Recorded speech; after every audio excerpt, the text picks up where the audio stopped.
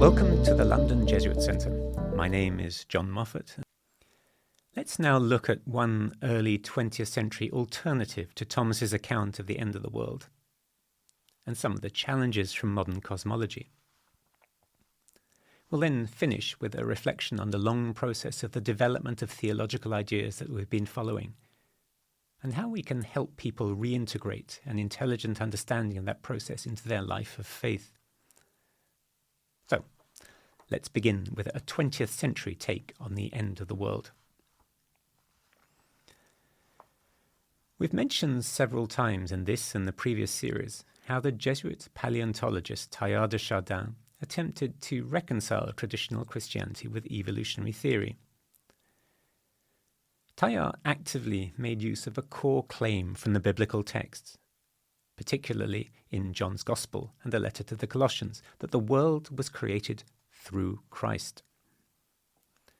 The ancient authors were probably thinking of creation as a creation of individuals in their kinds, according to a sort of blueprint, with Christ as the agent who moulded reality according to that blueprint, like a sculptor, casting individual statues of bronze. But for Teilhard, working with a theory of evolution, there are no fixed natural kinds anymore, and the whole of material, biological, and conscious life is connected. So he reimagined the process of creation of the world through Christ as a new dynamic process that integrated biological evolution into a process that would eventually generate the new creation of which St. Paul speaks.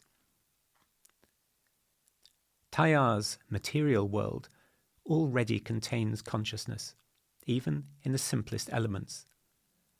This is the matter that is shaped through Christ into ever more complex life forms that eventually become living, breathing, thinking and worshipping beings. You can see again how this fits the sort of historical pattern that we find in the prophet Daniel, as well as the mysterious words of the letter to the Colossians about Christ, that all things are through him and for him. For Teilhard, history unfolds in planned yet free stages, each stage making way for the next. In our era of the world, we have reached the stage of self-conscious mind, beings like us able to know and respond to God. But world evolution in the hand of God is working towards a further level, which Teilhard calls Christogenesis, becoming Christ. The journey of Jesus of Nazareth in his birth, death, and resurrection is a crucial step in this process. It is leading towards a point where all intelligence in the universe finds its fulfillment. Here, Christ shall be the beginning and the end of everything, in a sort of shared universal consciousness of innumerable free individuals. Again, I can only give you edited highlights here. You'd have to read works like The Phenomenon of Man for yourself to get the full flavour. Like Thomas's attempt, it has never been official church teaching. Also, like Thomas's, it solves some puzzles, but creates a few new ones. Nevertheless, we can see how it's supposed to work.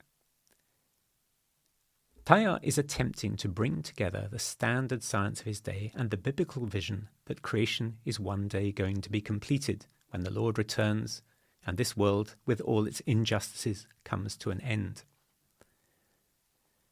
We can also see how his approach addresses the problem of how to properly value the whole of the biological realm and reevaluate our own place in it.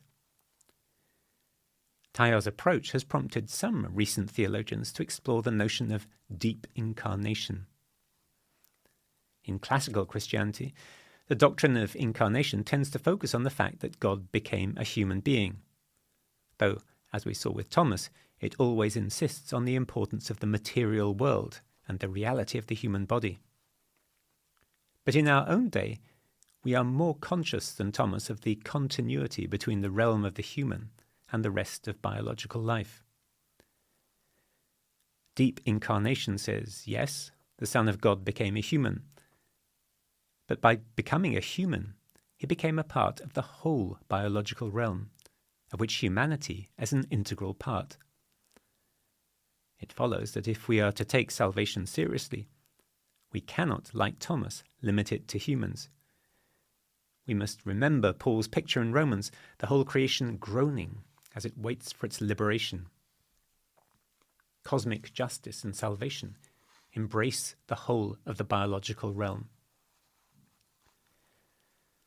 But what about the physics? All big theological stories raise awkward questions.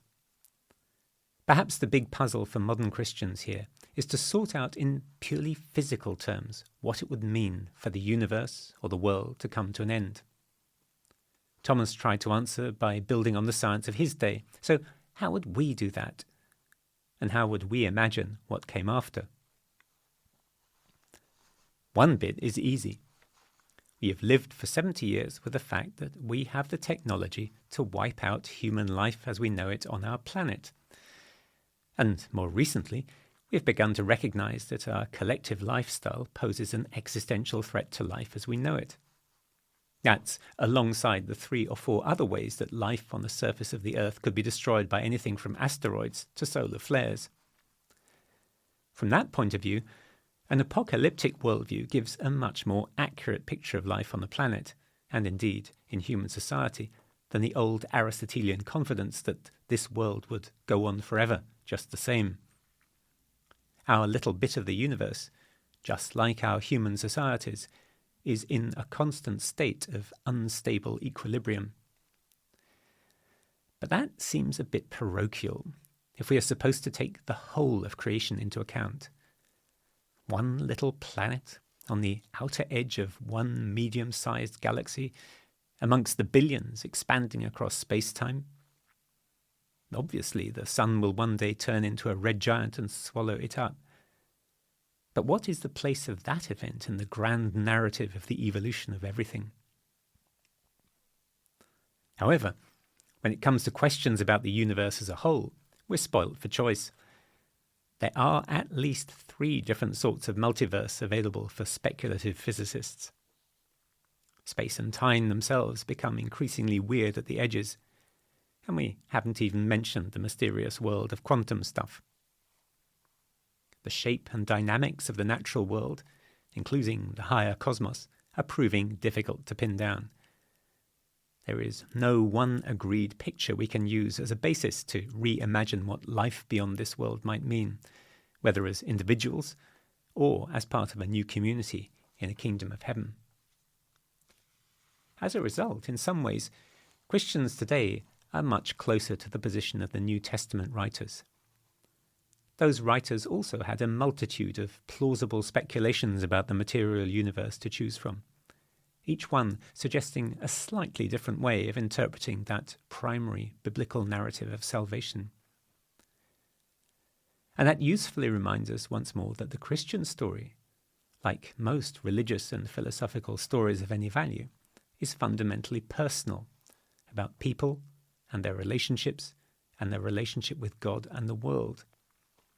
It is a world in which goodness, compassion, failure and forgiveness, cruelty, kindness and transcendent hope are as fundamentally real as atoms. In fact, more so. Our primary world is a world of persons, not of equations.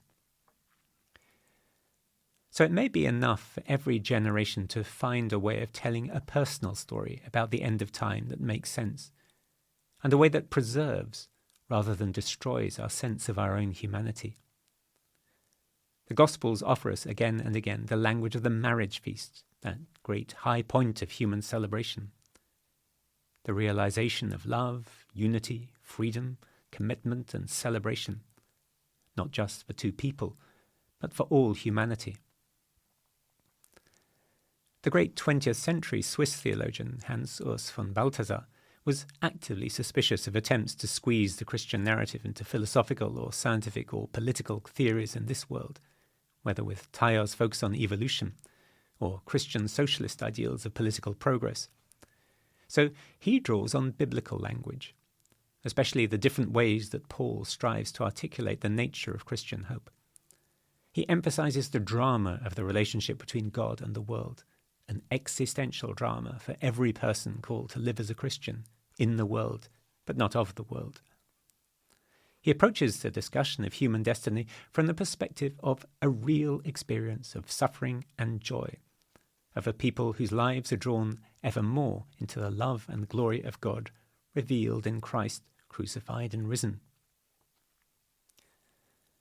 Can we fit in the great Christian story about ourselves and our destiny with the mysterious particles of quantum mechanics and the cold death of an expanding universe?